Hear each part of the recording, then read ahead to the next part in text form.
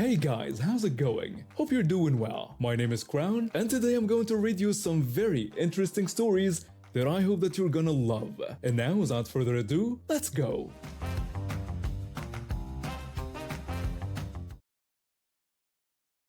I work at a small firm downtown, been there for some years now, and I love my job. The office is pretty laid back with about 15 people total. We have a tiny break room with one table, a mini fridge, a coffee maker, and one microwave that we all share. It's nothing fancy, just a basic white one that looks like it's been there since the company started. I bring lunch from home every day. My wife makes these amazing leftover casseroles and soups that taste even better reheated. I usually eat around 12:30 or 1 o'clock depending on how busy my morning gets. Never had any problems with the microwave schedule until last month. That's when she started working here. Let me call her Karen because, well, you'll see why. Karen joined our marketing team as a new account coordinator. She seemed normal enough at first. Quiet, kept to herself, always brought these elaborate salads in glass containers. She had this whole routine where she'd arrange everything perfectly on her plate like she was plating at a fancy restaurant. For the first few weeks, everything was fine. Karen would eat her salads, I'd heat up my food, other co-workers would warm up their leftovers or frozen meals. The microwave worked the way shared appliances are supposed to work. First come, first served, basic office etiquette. But then something changed. I'm not sure what triggered it, but Karen decided that the microwave belonged to her during certain hours. Last Tuesday, I walked into the break room around 12:35. Karen was sitting at the table with her usual elaborate salad spread out in front of her. She had her phone propped up watching some health guru on social media while she ate. I didn't think anything of it and went straight to the microwave with my container of leftover chicken and rice. I opened the microwave door, put my food inside, and hit the start button. That's when Karen cleared her throat really loudly. She asked me if I had seen the note, sounding annoyed. I looked around confused, then noticed a bright yellow post-it stuck right on the microwave door. In all capital letters, it read, "This microwave is reserved for Karen from 12:30 to 1 o'clock p.m. due to dietary needs. Please respect this time slot." I asked her if she had written the note. She said that she had, explaining that she had dietary needs and ate a warm meal at exactly 12:45 every day. She said delays messed with her digestion and routine. I pointed out that she was eating right now and the microwave had been free. She told me she was prepping her stomach. When I asked what that meant, she explained that she ate her cold preparation first, then needed exactly 10 minutes for her digestive system to prepare for the warm portion of her meal. This woman had created some elaborate eating ritual and decided it gave her ownership rights to the office microwave. I told her the microwave was shared equipment and she couldn't just reserve it like that. She insisted it was a medical thing and that she had talked to her nutritionist about it. She claimed that if she didn't eat at the right time in the right sequence, she got bloated and irritable, which affected her work performance. I pointed out that the microwave wasn't in use right then and I wasn't delaying her. She started sighing really loudly, making these dramatic huffing sounds. She said that some people just didn't understand health issues and that not everyone could just eat whenever they wanted. She kept grumbling while I stood there with my food heating up, the longest 2 minutes of my life. When the microwave beeped, I grabbed my food and got out of there. The next day, my colleague from accounting came to my desk looking frustrated. She told me that someone was taking people's food out of the microwave in the middle of heating. When I asked what she meant, she explained that she had put her soup in there at 12:40, set it for 3 minutes, and came back to find it sitting on the counter stone cold. There had been a note that said she needed to wait until after 1 o'clock p.m. because someone else needed the microwave more than she did. Karen had escalated her microwave monopoly. She wasn't just reserving it anymore, she was policing it. Over the next few days, more people came forward with similar stories. Karen had appointed herself the microwave manager. She would sit in the break room during her claimed time slot and intercept anyone who tried to use it. If someone managed to start heating their food before she noticed, she would walk over and stop the microwave mid-cycle. The breaking point came on Friday. I walked into the break room and found the microwave unplugged with another note taped to it. The note read, "Microwave temporarily out of service from 12:30 to 1 o'clock p.m. to prevent accidental use during reserved time. Thank you for your cooperation." Karen was sitting at the table with her salad, acting like nothing unusual was happening. I asked her if she had unplugged the microwave. She said that people kept using it during her time slot and she couldn't have her routine disrupted. She mentioned that her nutritionist said consistency was key to proper digestion. I told her she couldn't just unplug shared equipment because she wanted exclusive access. She argued that it was only for 30 minutes and everyone else could eat before or after. I went straight to human resources and explained the whole situation. 3 other people had already complained about Karen's microwave behavior that same week.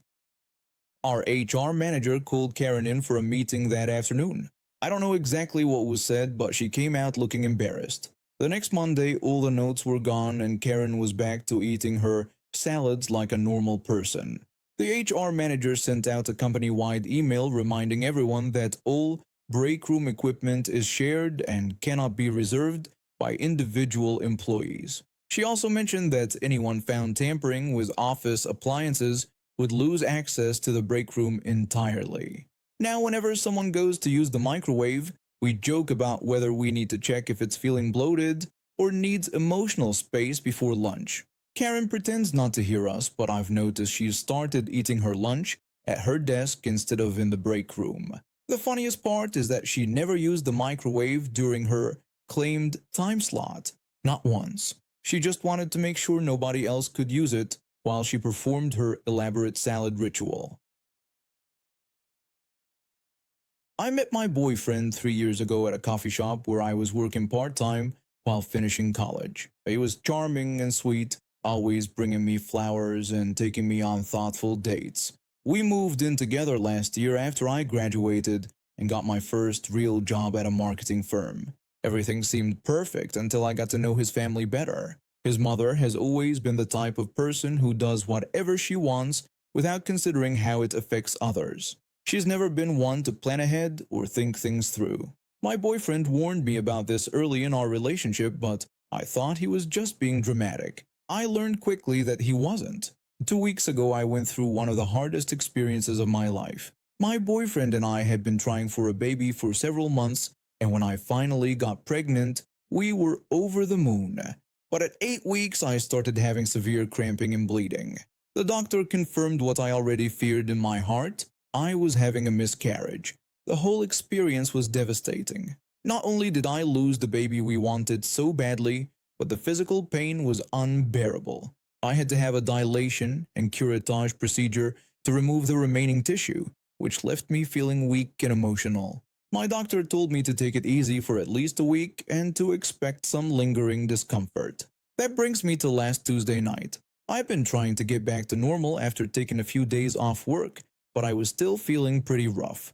Around 9 in the evening, a massive migraine hit me like a truck. These aren't your regular headaches. They make me nauseous, sensitive to light and sound, and sometimes I can barely think straight. I told my boyfriend I needed to lie down, so I went to our bedroom, turned off all the lights, and tried to rest. He was understanding and sweet about it, bringing me some water and pain medication before settling down to watch TV in the living room.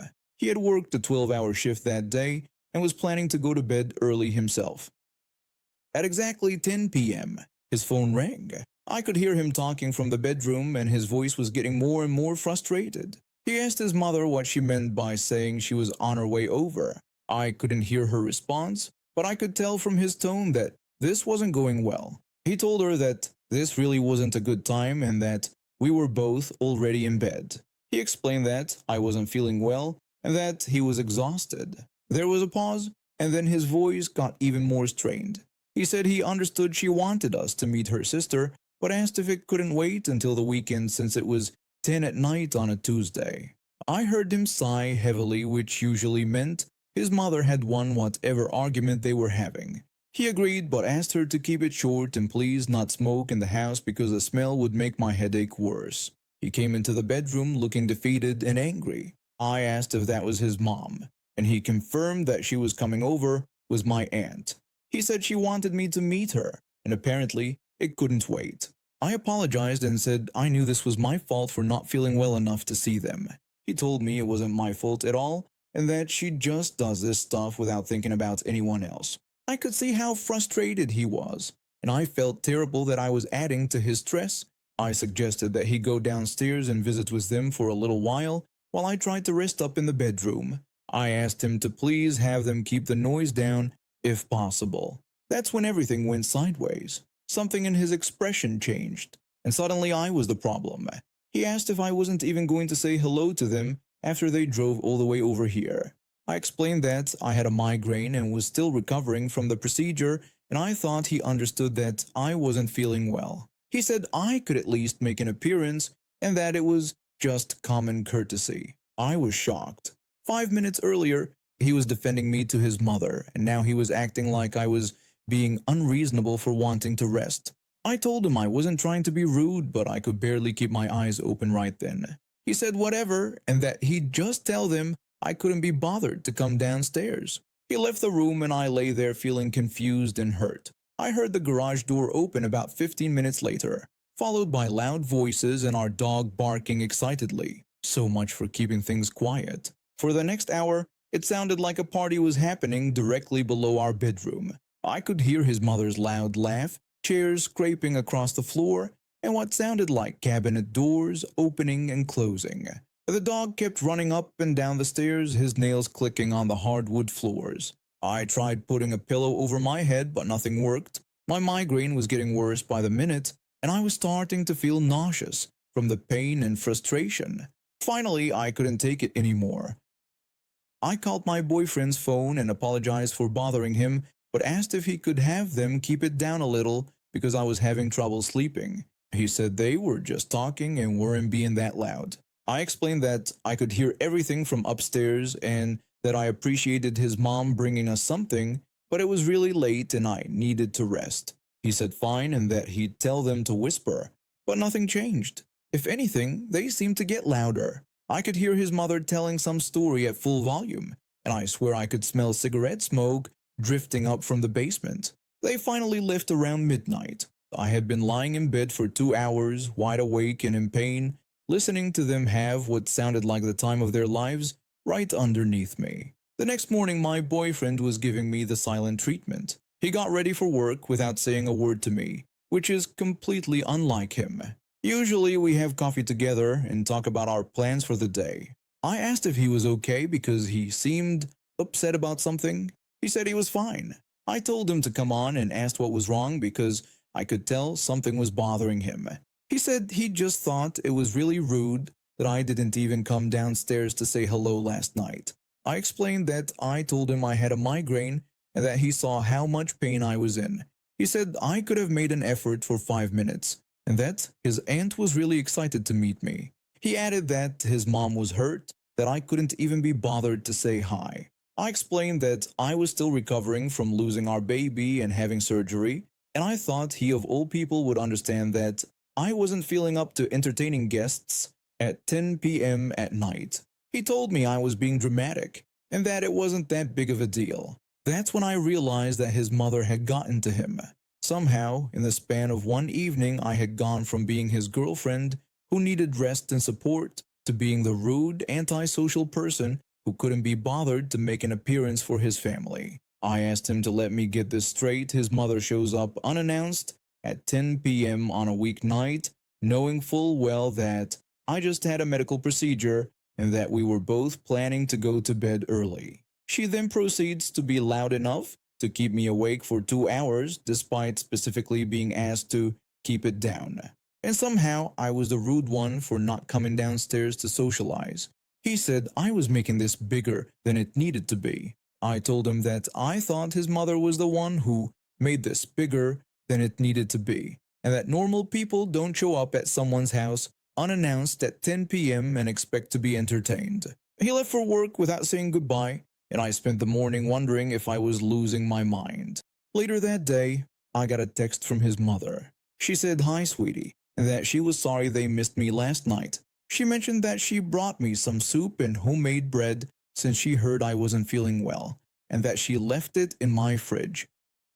She hoped I was doing better today. At first, I thought maybe I had misjudged the situation. The text seemed sweet and considerate.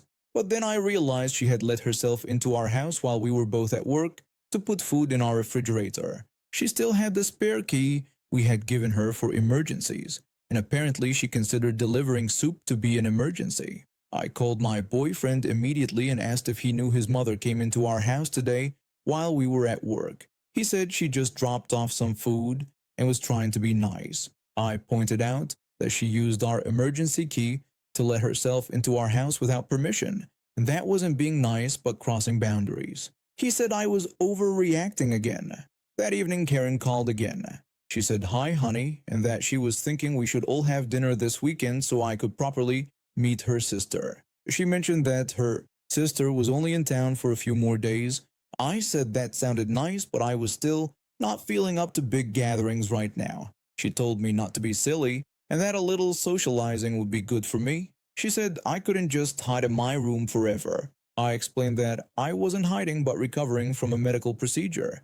She said, well, she already told her sister we'd have dinner Saturday night and that her sister was really looking forward to meeting me. I said I appreciated that, but I already told her I wasn't feeling up to it. She told me that sometimes we have to do things we don't feel like doing, and that was part of being an adult. I was speechless. This woman was actually lecturing me about being an adult while completely disregarding my physical and emotional health. I said I needed to go and that we'd talk about this later. She said she'd pick up groceries tomorrow and come over around 4 p.m. to start cooking. I asked her to please not do that because we hadn't agreed to have dinner. She said, oh, it was no trouble at all and that she loved cooking for family. She hung up before I could say anything else. I immediately called my boyfriend to tell him what had happened. He said she was just trying to include me in the family. I pointed out that she was planning a dinner party at our house without our permission and refusing to take no for an answer. He asked if it would really kill me to have dinner with his family one time. I realized that no matter what I said, he was going to take her side. His mother had trained him well over the years to give in to her demands rather than deal with her tantrums. Friday afternoon, I came home from work to find Karen in my kitchen, unpacking groceries and rearranging my cabinets. I asked what she was doing there. She said she was getting ready for tomorrow night and that she bought everything we needed for a nice family dinner. I reminded her that I told her yesterday that we couldn't do dinner this weekend. She said, oh, she figured I'd change my mind once I had time to think about it. She added that she already invited everyone and bought all this food. She gestured to what looked like enough groceries to feed a small army. I asked who exactly she had invited. She said just family, her sister, her brother, his wife, and their 2 kids. She mentioned that my boyfriend's cousin might stop by too. I asked if she had invited 8 people to our house for dinner without asking us. She said it wasn't 8 people, it was family, and there was a difference. I called my boyfriend immediately, but he didn't answer. I texted him to call me back urgently, but got no response. She told me not to worry about cleaning up because she'd take care of everything. She said I just needed to be a good hostess tomorrow night. I told her I wasn't being anyone's hostess and that she needed to cancel this dinner. She said she couldn't cancel now because everyone was already planning on coming. I said then she'd have to explain to them why she planned a party at someone else's house without their permission. She said she was really disappointed in me and that she'd been trying to welcome me into this family, but all I did was make things difficult. I asked if I was making things difficult by wanting to recover from surgery in peace. She said that was 2 weeks ago and I should be over it by now. This woman was telling me I should be over losing my baby and having surgery. I told her to get out of my house right now. She asked excuse me and I said she heard me, take her groceries and leave and give me back our house key. She said she didn't think I wanted to do this because I was going to cause problems between her and her son. I told her that her son's mother was the one causing problems by showing up uninvited, letting herself into our house, and planning parties without permission. She said he wasn't going to choose me over family, and I said we'd see about that. She gathered up her groceries, but she didn't give me the key back. Instead, she looked me right in the eye and said she'd be back tomorrow at 4 p.m. to start cooking. She said I could either help her or stay out of her way, but this dinner was happening whether I liked it or not. After she left, I sat in my kitchen and cried. Not just because of the confrontation, but because I realized my boyfriend had been letting his mother walk all over both of us, and he was perfectly fine with it when it meant he didn't have to deal with her directly. When he got home that night, I told him everything that had happened. He said she was just excited about me meeting the family. I told him she said I should be over losing our baby by now. That finally got his attention. He asked if she really said that, and I confirmed it was word for word. I explained that she was planning to come back tomorrow to cook dinner for 8 people in our house, whether we wanted her to or not. He said he'd talk to her, but I told him it was too late for talking. She needed boundaries, and he needed to enforce them. The next morning, I woke up to the sound of the garage door opening. I looked out the window and saw Karen's car in our driveway. It was only noon, but she was already back with what looked like even more groceries. I went downstairs and found her in the kitchen again, this time with her sister. She said, "Oh, good, I was awake," and introduced me to her sister. Her sister looked embarrassed and said hi, adding that she was sorry about all this and that she told Karen they should have called first. Karen said family doesn't need to call first and asked where I kept my good dishes. I told her in the cabinet where I left them, but she wouldn't be needing them because this dinner wasn't happening. She said not to be ridiculous because everyone would be there in a few hours. I said then she better start making phone calls. I went upstairs and called my boyfriend. I told him his mother was in our kitchen right now with her sister, setting up for a dinner party that I explicitly told her was cancelled.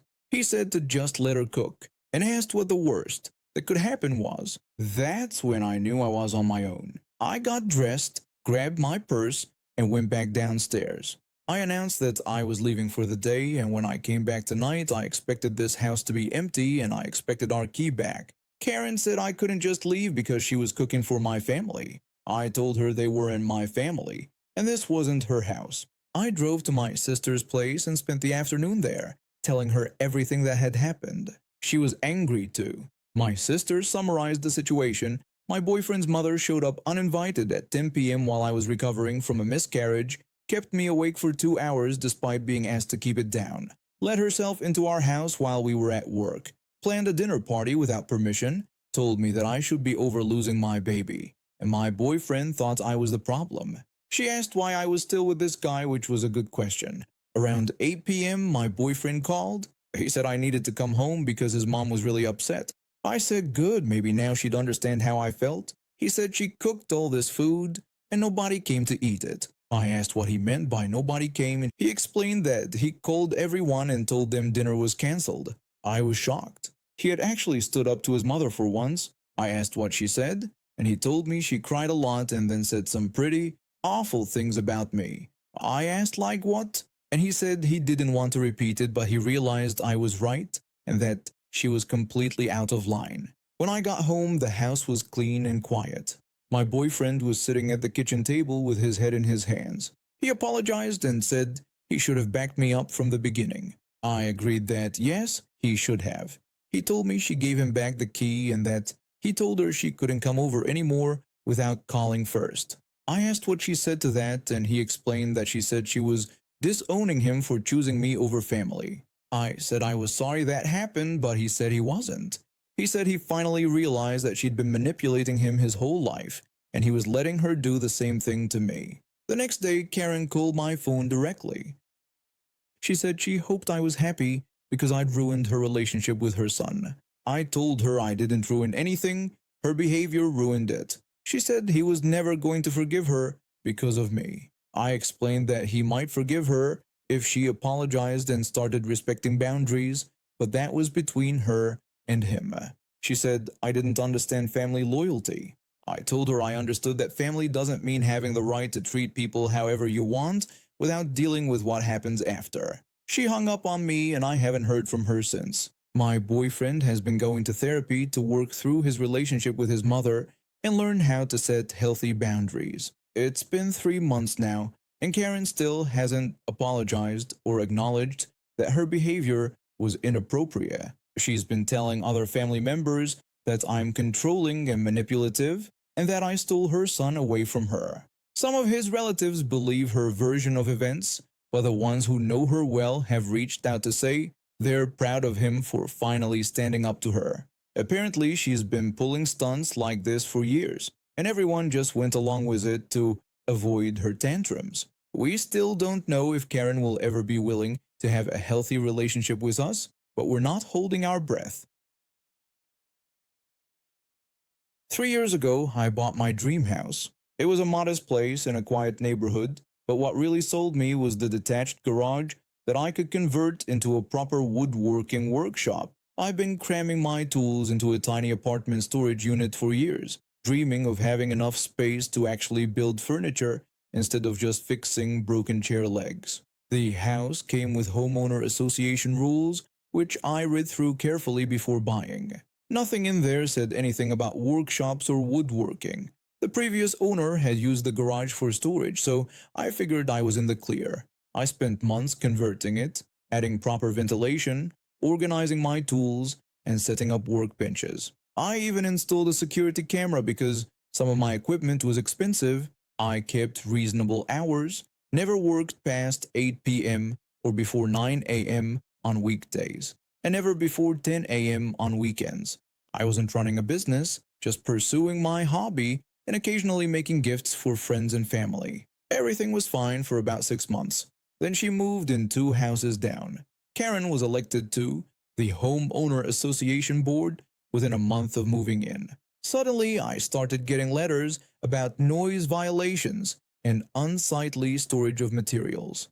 I had a small stack of lumber on the side of my garage, neatly covered with a tarp. According to Karen, this was bringing down property values. The first time she showed up at my door, I tried to be reasonable. She told me my little hobby shop needed to stop immediately. I asked her what exactly needed to stop since I was following all the association rules. She accused me of running a business out of my home, which was against the covenants. I explained that I wasn't running a business and was just woodworking as a hobby. She claimed she had seen people picking up furniture from my house. I told her those were gifts for friends, and that I wasn't selling anything. She said she didn't believe me and demanded I shut down immediately and pay the fines she had issued. She handed me a stack of violation notices, each with a $50 fine attached. There were 12 of them dating back to when she'd first moved in. I told her these weren't official homeowner association violations and that she couldn't just make up fines. She claimed that being on the board gave her the right to issue whatever fines she wanted. I explained that wasn't how it worked and that the board had to vote on violations based on actual covenant violations. She said we'd see about that and stormed off.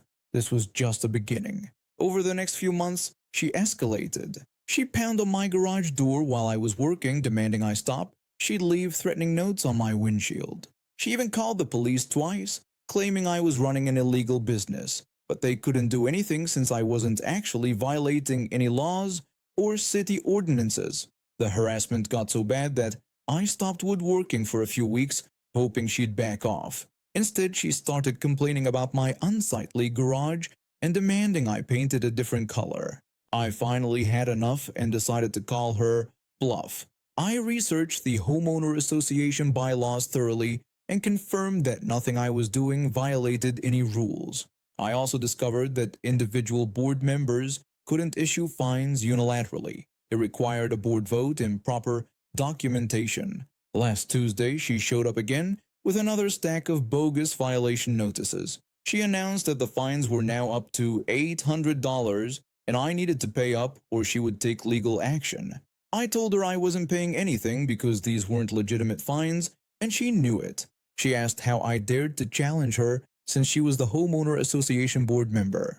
I replied that being on the board didn't give her the right to harass neighbors or make up fake violations. She yelled that she would show me what was fake. She stormed toward my garage and I followed, thinking she was just going to look at my setup again and complain. But instead of stopping at the door, she barged right in. I had been working on a bookshelf, so my tools were out. I shouted that she couldn't just come into my workshop. She declared that this illegal business operation was ending now. Before I could react, she grabbed my circular saw from the workbench and announced that if I wouldn't shut this down, she would shut it down for me. She turned the saw on and started advancing toward me. This woman had completely lost it. I yelled at her to put the saw down and asked if she was insane. She screamed that I should have listened to her, and now I was going to pay. I backed toward the door while she kept coming at me with the spinning blade.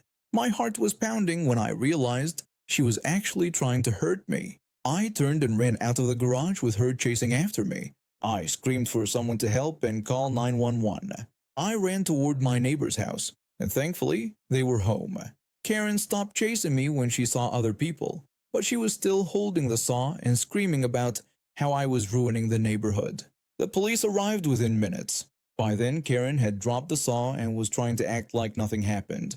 The officer asked what the situation was. Karen claimed that I was running an illegal business and threatening her when she tried to enforce homeowner association rules. I told him that wasn't what happened at all, and that she had broken into my garage and came at me with my own saw.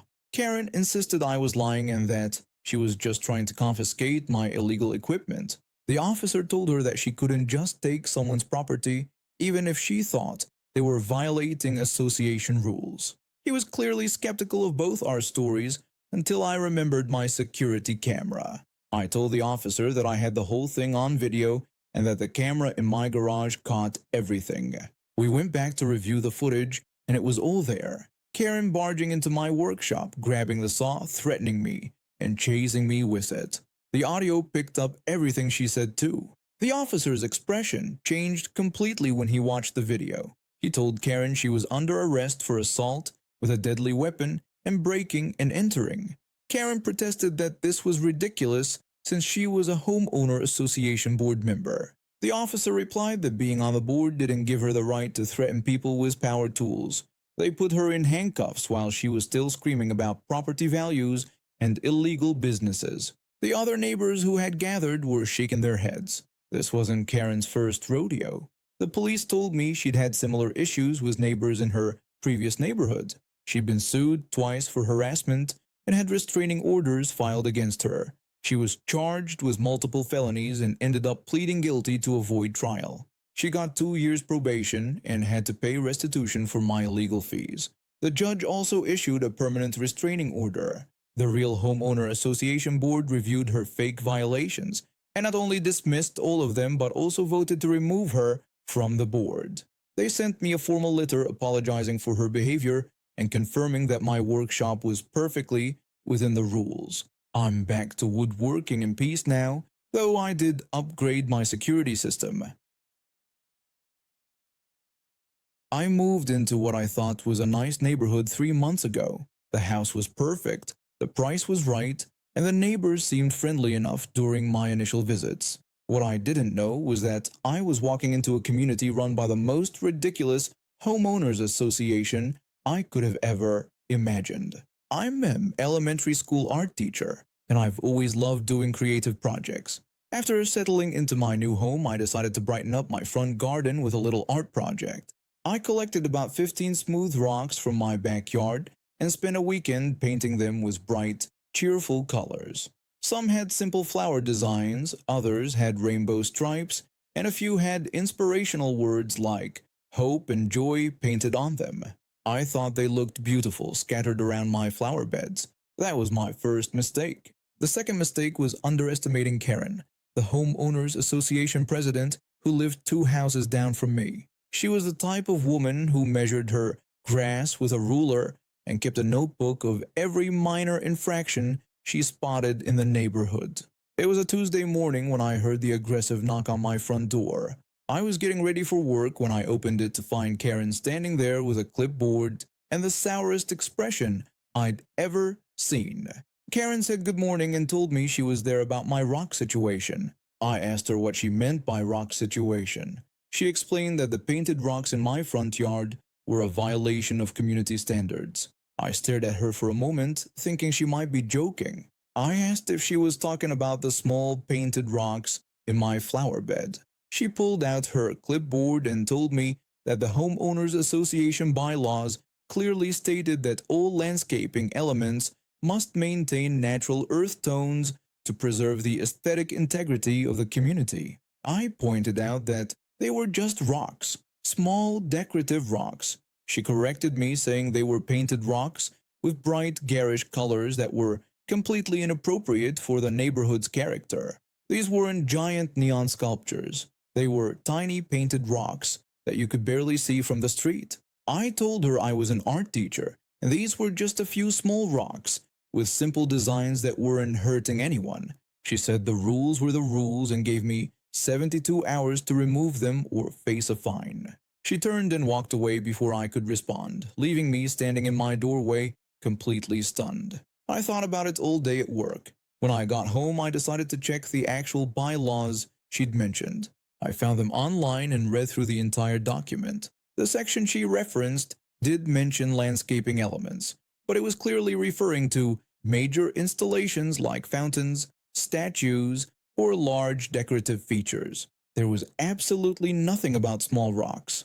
The next day, Karen was back. She noticed that the rocks were still there. I told her I had read the bylaws and that section didn't apply to small decorative rocks. She insisted that any painted object in a front yard constituted a landscaping element. I argued that wasn't what the bylaw said. She reminded me that she'd been president of the association for 8 years and thought she knew how to interpret the rules. I pointed out that the bylaw specifically mentioned installations and major features, and these were rocks the size of tennis balls. She repeated that 72 hours meant 72 hours and told me to remove them or face the results. This time I was ready for her. I mentioned that I'd been thinking about this and asked her to clarify that the bylaw said natural earth tones, right? She confirmed that was exactly right. I explained that rocks come in all sorts of natural colors. I asked if she'd ever seen red rocks in Arizona, purple rocks in certain mountain ranges, or green rocks with mineral deposits. I told her the colors I used were all colors that rocks naturally occur in somewhere on Earth. Her face started turning red. She said that wasn't what the rule meant and I knew it. I disagreed, saying that was exactly what natural earth tones meant, colors that occur naturally on Earth. She walked off, but I knew this wasn't over. 2 days later, I received an official violation notice in my mailbox. The fine was $200, with an additional $50 for each day the violation continued. That's when I decided to do some research. I spent the weekend looking up every single homeowners association bylaw, local ordinance, and property law I could find. I also started taking detailed photos of every single yard in the neighborhood, documenting what I found. The next homeowners association meeting was the following Thursday. I marked my calendar and prepared my presentation. The meeting was held in the community center, with about 30 residents in attendance. Karen sat at the front table with 2 other board members, looking very pleased with herself. Karen announced that their first order of business was addressing ongoing violations in the community. She pulled out a folder and started reading from it, explaining that they had one resident who continued to display inappropriate painted rocks in their front yard, in direct violation of landscaping standards. Several people turned to look at me. I stood up and asked if I could address that. Karen said the time for discussion was before I chose to ignore their rules. I told her I thought everyone there would be very interested in understanding exactly what this rule meant. I walked to the front of the room with my laptop and connected it to the projector. I explained that the bylaw in question said that landscaping elements must maintain natural earth tones, and I had done some research on what natural earth tones actually were. I clicked to my first slide showing pictures of naturally occurring rocks in various colors from around the world. I described red rocks from Utah, purple rocks from Scotland, green rocks from New Zealand, and blue rocks from various mineral deposits. I explained these were all natural earth tones because they occur naturally on Earth. Karen interrupted, saying that wasn't the intent of the rule. I agreed, but said it was exactly what the rule said.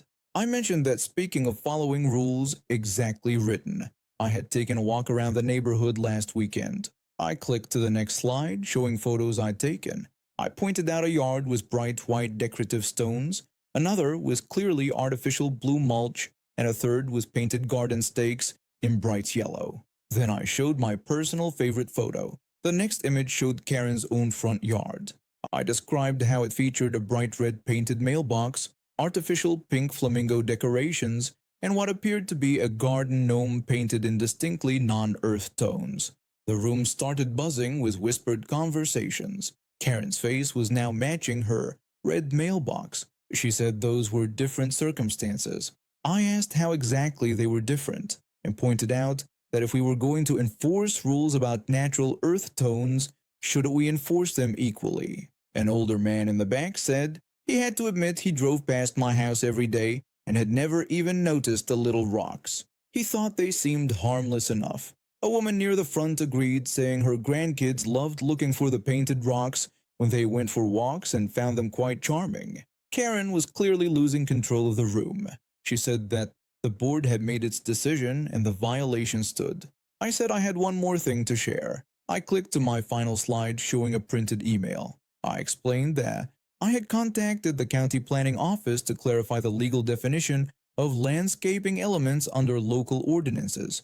They confirmed that decorative rocks under 6 inches in diameter were not considered landscaping installations and were not subject to homeowners association oversight. Long, they didn't violate any safety or environmental regulations. The room went completely quiet.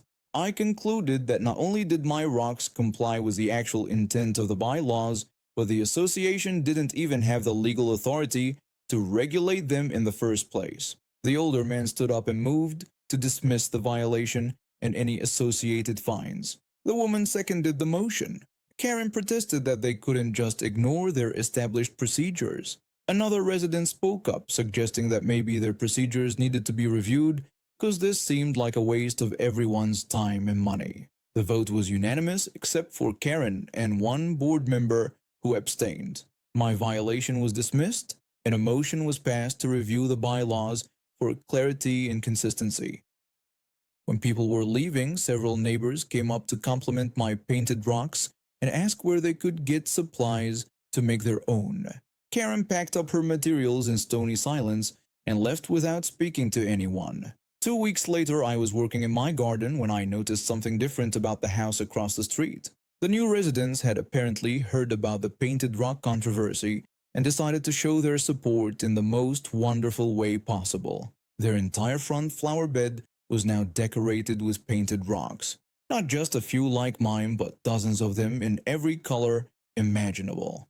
Word had spread through the neighborhood, and by the end of the month, painted rocks had appeared in at least 10 different yards. Karen submitted her resignation from the association president position the following week. The official reason given was that she wanted to focus on other commitments, but everyone knew the real story. I still paint rocks. In fact, I've started teaching painted rock workshops for kids in the neighborhood. I work at a mid-sized company downtown. In my 4 years here, boundaries don't exist for some people. My manager is one of those people who thinks being in charge gives him the right to poke his nose into everyone's business. He's the type who reads your computer screen over your shoulder, asks about your lunch choices, and somehow always finds excuses to walk by the women's desks more often than the men's. He makes comments about what we're wearing, asks personal questions about our weekend plans, and generally makes everything uncomfortable. I've complained to human resources twice, but they always say they'll look into it and nothing ever changes. He acts like he's being friendly. When I was eating a salad for lunch one day, he told me it was good to see me watching my figure. When my co-worker was taking medication, he asked loudly what it was for in front of everyone. He has zero sense of appropriate workplace behavior. When they announced we were moving to a new building across town, I was actually excited. New office, fresh start, maybe he'd transferred to a different department. I was wrong about that last part, but at least the move gave me an opportunity I didn't expect. Moving day came and everyone was packing up their desks and personal items. I've been putting it off, but I finally had to clean out my drawers. The bottom drawer was a mess of random stuff I'd accumulated over the years. Old pens, business cards, some snacks I'd forgotten about, and personal items I kept there for emergencies. I was pulling things out one by one, sorting what to keep and what to throw away. I found an old package of pistachios I'd bought months ago and completely forgotten about. They were probably stale by now, but I figured I'd take them home anyway. That's when my manager appeared. He has this habit of wandering around during any kind of office activity, pretending to supervise but really just being nosy. He saw me holding the pistachios, and his eyes lit up like he'd discovered buried treasure. He asked me what I had there in that fake friendly voice he uses when he's trying to get information out of people. I could tell he was hoping I'd offer him some or at least explain what I was doing. This is the same guy who once asked me why I was drinking so much water and whether I had a medical condition. I decided to ignore him completely. I wasn't going to feed into his nosiness anymore. I put the pistachios in my box and reached into the bottom of the drawer for the last few items. That's when I saw them. A pack of sanitary pads I kept there for emergencies. Every woman knows you need backup supplies at work, and I'd learned the hard way after being caught unprepared during an important client meeting 2 years ago. An idea hit me. A brilliant, petty, perfect idea. Instead of discreetly slipping them into my purse or hiding them under other items like I normally would, I made a very deliberate choice. I grabbed the pack and held it up clearly, making sure he could see exactly what it was. I didn't try to hide it or cover it up. I held it right there in plain sight when I placed it in my moving box. The change in his demeanor was instant and beautiful. His face went from eager curiosity to pure horror in about 2 seconds. The color drained right out of his cheeks. He literally couldn't speak. This man who had something to say about everything suddenly had nothing to say. He took a step back like the pads might attack him. I continued packing like nothing had happened, but I was enjoying every second of his discomfort. Here was someone who thought he had the right to comment on and question everything I did, suddenly rendered speechless by the mere sight of basic feminine hygiene products. He turned away quickly and pretended to be very interested in something happening across the office, but I could see him looking back nervously, probably wondering if I was going to pull out anything else that might make him uncomfortable. Watching him for the rest of the day was amazing. Suddenly, he wasn't hovering around my desk anymore. He found reasons to be on the other side of the office. When he had to give me instructions about the move, he stood much further away than usual and kept the conversation strictly professional. It was like I discovered his kryptonite. All those months of inappropriate comments and invasive questions, and all I needed was a pack of pads to shut him down completely. My co-worker noticed the change too. She asked me what happened because our manager was acting weird around me all afternoon. When I told her the story, she started laughing so hard she had to sit down. She told me it was genius and said she was definitely keeping some in her desk drawer now. Word spread quietly among the women in the office. By the end of the day, half of them were asking where they could buy some to keep handy for the next time he got too nosy. A week later in our new office came the funniest part. He was doing his usual rounds, peering over shoulders and asking personal questions. He got to my desk and started to lean in to see what I was working on. I simply reached into my desk drawer and rested my hand on it, not even pulling anything out. He immediately straightened up and walked away, without saying a word. I finally found the perfect defense against workplace nosiness, and it cost me less than $5. And now we have reached the end of today's stories. Thank you for watching, and see you next time.